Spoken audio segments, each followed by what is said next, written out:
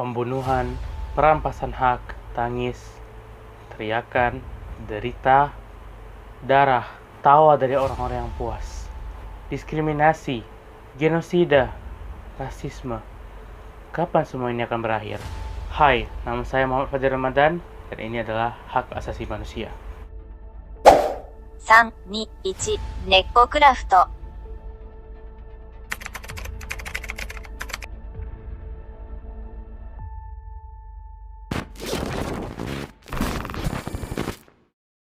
Seperti yang kita ketahui, HAM adalah hak dasar yang dimiliki manusia sejak ia lahir.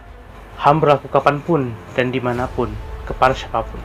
HAM tidak dapat diganggu-gugat dan tidak dapat dicabut karena sifatnya ialah anugerah pemberian dari Tuhan kepada manusia. Dan tentu, negara wajib menghormati, melindungi, dan menjamin hak asasi manusia setiap orang.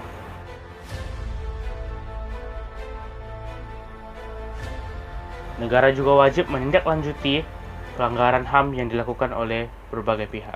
Hak untuk hidup, hak untuk tidak dicelakai, hak kemerdekaan, hak untuk tidak berbudak, dan hak untuk mendapatkan kehidupan yang layak adalah salah satu contoh dari hak asasi manusia, dan dapat dikatakan sebagai hak asasi manusia yang paling mendasar.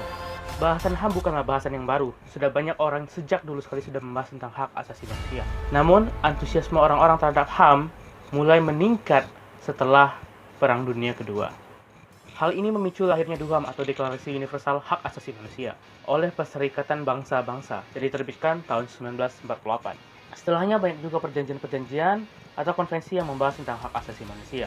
Contohnya ialah Konvensi Jenewa 1949. Walau tidak spesifik, tetapi konvensi ini sedikit banyak menyinggung tentang hak asasi manusia, terutama tentang hak para tawanan perang. Atau mungkin Statuta Roma 1998 yang membahas tentang kejahatan dan jurisdiksi ICC yang sedikit banyak membahas tentang hak asasi manusia.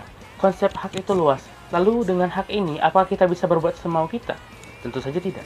Saya punya hak untuk melakukan sesuatu sesuka hati saya. Saat ini juga saya ingin membunuh Anda. Tapi apakah saya bisa? Tidak.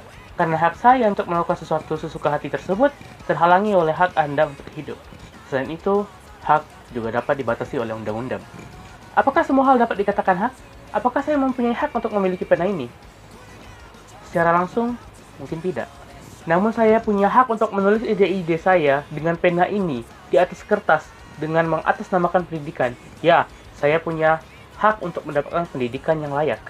Dan hak tersebut dijamin oleh konstitusi. Contoh lain, apakah LGBT merupakan hak? Tidak, karena itu ialah kelainan jiwa dan bukan hak asasi manusia.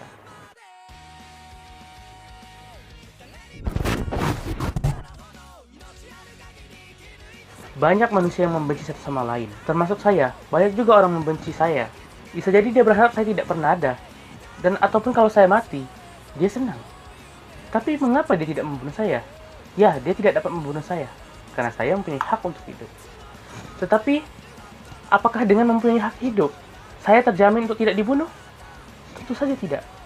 Seseorang dapat membunuh saya tanpa memikirkan hak apapun. Pembunuhan akan terus ada, dan tidak bisa dihalangi dengan embel-embel hak. Setiap 10 menit, ada satu orang yang dibunuh di Brazil.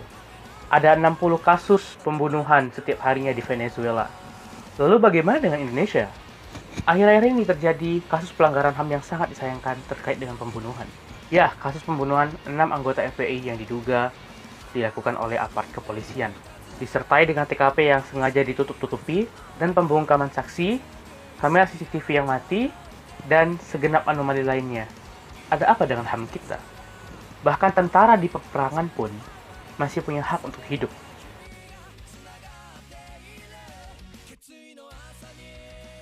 Data terakhir mengungkap bahwa benar 6 orang anggota FPI tersebut meninggal dibunuh oleh aparat kepolisian. Walau sempat baku tembak, katanya, namun pada akhirnya 4 orang anggota FPI yang 2-nya sudah terbunuh terlebih dahulu sudah kewalahan dan tidak bisa lagi melawan, sehingga gampang saja ditangkap. Namun pada kenyataannya, aparat kepolisian yang mengejar justru membunuh 4 orang tersebut di tempat.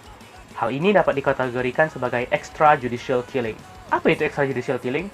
Extrajudicial killing adalah pembunuhan oleh instrumen aparat penegak hukum di luar proses hukum yang berkeadilan. Apa perbedaan extrajudicial killing dengan pembunuhan biasa? Jika pembunuhan biasa bisa dilakukan oleh siapa saja, maka extrajudicial killing itu dilakukan oleh instansi atau aparat yang berkaitan dengan hukum. Mereka melakukan pembunuhan tanpa adanya proses hukum yang berkeadilan. Tembak mati di tempat misalnya. Memandang status mereka yang merupakan instrumen penegakan hukum negara. Kapan suatu pembunuhan dapat dikatakan extrajudicial killing? Yaitu ketika pembunuhnya ialah instrumen penegakan negara yang dilakukan tanpa proses hukum sama sekali.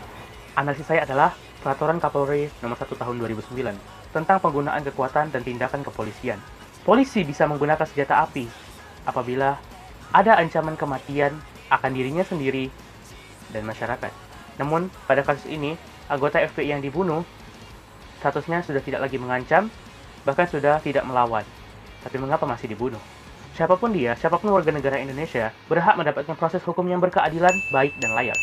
Jikalaupun pelaku adalah terorisme, tidak menutup haknya untuk mendapatkan proses hukum yang baik, yang layak dan adil. Aparat yang membunuh 6 anggota FPI ini termasuk extrajudicial killing, atau bisa juga disebut sebagai unlawful killing.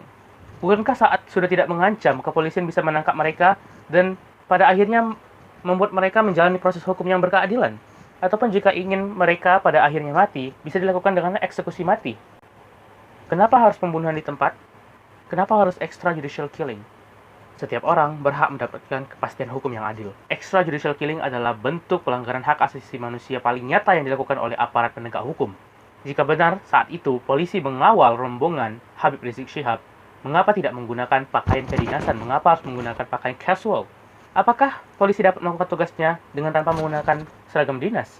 Bukankah jika memakai seragam dinas, orang-orang secara psikologi sudah tidak berani untuk melakukan suatu kejahatan karena adanya aparat penegak keamanan? Jika memang polisi melakukan tindakan hukum yang terukur dan terarah, mengapa semuanya dalam satu mobil 6 orang itu mati semua? Komnas HAM mengkategorikan kasus ini adalah sebagai kasus pelanggaran HAM, namun bukan kasus pelanggaran HAM berat. Kenapa demikian? Benar sekali, extrajudicial killing termasuk pelanggaran HAM, tapi dalam kasus ini bukanlah termasuk pelanggaran HAM berat. Tindakan seperti apa yang termasuk sebagai pelanggaran HAM berat? Menurut Statuta Roma 1998, Pasal 5 menyebutkan bahwa ada 4 kejahatan yang termasuk pelanggaran HAM berat yang termasuk dalam jurisdiksi ICC. Yang pertama ada kejahatan genosida, yang kedua ada kejahatan terhadap kemanusiaan, yang ketiga ada kejahatan perang, dan yang keempat ada kejahatan agresi. Kasus pembunuhan 6 anggota FPI ini menurut hemat saya bukan termasuk sebagai pelanggaran HAM berat, karena tidak termasuk dalam 4 kategori di atas. Bahkan untuk huruf B atau kejahatan terhadap kemanusiaan yang pada dasarnya memiliki ketentuan tertentu kapan sebuah tindakan dapat dikatakan sebagai kejahatan terhadap kemanusiaan. Dan ketika dianalisis, kasus pembunuhan 6 anggota FPI ini tidak termasuk pelanggaran HAM yang berat. Namun, walau begitu, kasus ini tetap harus diusut dan harus tetap diadakan tindakan yang tegas demi ditegakkannya keadilan, baik keadilan hukum maupun keadilan bagi keluarga korban yang ditinggalkan.